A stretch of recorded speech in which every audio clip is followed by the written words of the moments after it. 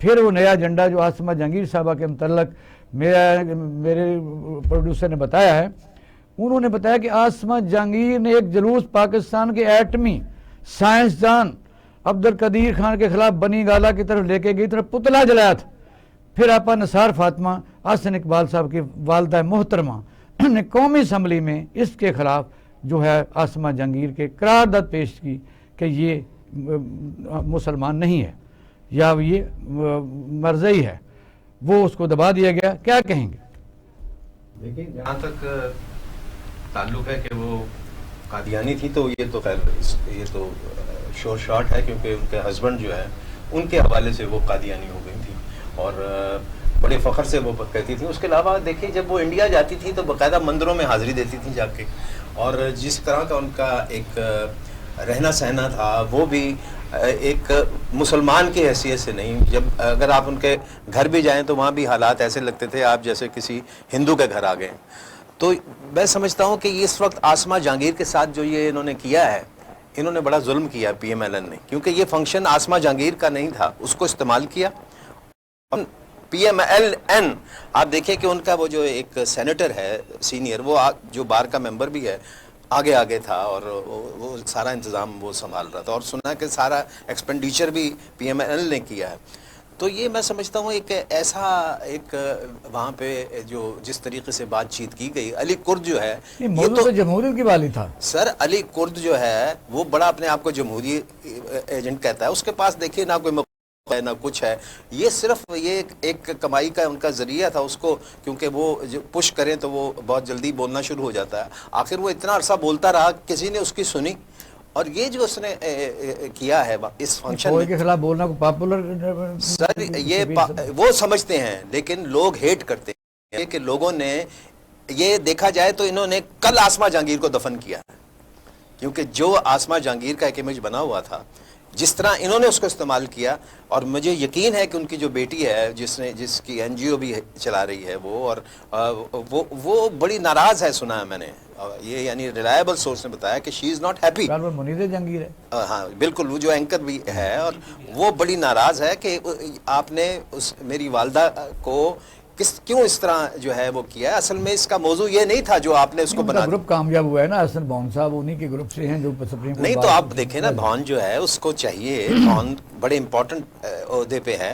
اور میں آپ کو یہ بتا رہا ہوں کہ اس وقت جو عدلیہ میں جو یہ وکلا حضرات ہیں، اس میں سے آپ دیکھیے کہ 40 سے 45% لوگ جو ہے ان کی ڈگریاں ابھی تک جو ہیں وہ کنفرم نہیں ہوئیں، اور وہی زیادہ شور کرتے ہیں، انہی کو جمع کر لیتے ہیں. اور اس فنکشن میں آپ دیکھیں وہ اسٹوڈنٹس بیٹھے ہوئے تھے. نہیں، اس کو پوری دنیا میں میسج گیا، انڈیا اس پہ چینل پر چلا سر. تو یہ تو ان کا مقصد تھا نا، کیونکہ اس کے ان کو اب چیک آنا شروع ہو جائیں گے. ان کو آلریڈی ان کو جو ہے وہاں سے لفافے آ رہے ہوں گے، کیونکہ دیکھیے یہ جو لفافے اس وقت جمع ہو گئے ہیں یہ چند ہیں. اور یہ اچھی بات ہے، اس حال میں جتنے لوگ تھے نا یہ سارے لفافے بنا رہے تھے. یہ پاکستان کی آبادی تو 22 کروڑ ہے، کیا یہ ہے ہمارا پاکستان؟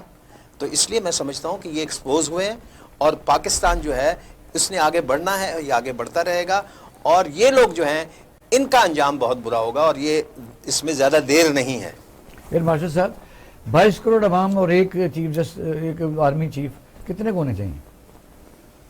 اس لیے کورٹ کے نازل سے بھی دی کہ یہ شخص جو اتنی بڑی باتیں کر رہا ہے یہ ہے کون، اس کے اپنے پروفیشن میں کیا پوزیشن ہے، اس نے کتنے مقدمات لڑے ہیں.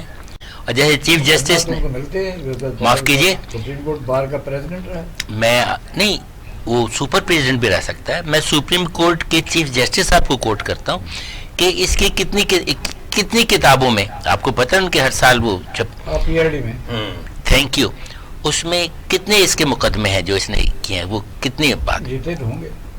نہیں، آپ گیس کر رہے ہیں. ہاں گیس کر رہا ہوں. آپ اپنا گیس اپڈیٹ کر لیجئے. شاذ و نادر ہیں، ان کا مطلب ہے بیسیکلی پروفیشنلی یہ نو بڈی ہے، بے روزگار ہے، یہ نو بڈی ہے. اس کو بلاتے ہیں اس لیے کہ تقریر اچھی کرتے ہیں. جی نہیں، یہ ایک، جی تھینک یو ویری مچ، یہ ریبل راؤزر ہے، تھرڈ کلاس ہیومن بینگ ہے. اور دیکھیے یہ لیڈر کن کا ہے، وہ کلب راجی کہتا نا. مجھے بتائیے دنیا میں 193 ملک ہیں، کسی ایک ملک کا نام لیجئے. ابھی پچھلے ہفتے بات ہوئی ہے نا کہ کیا یہ سیالکوٹ تھا یا سرگودا تھا،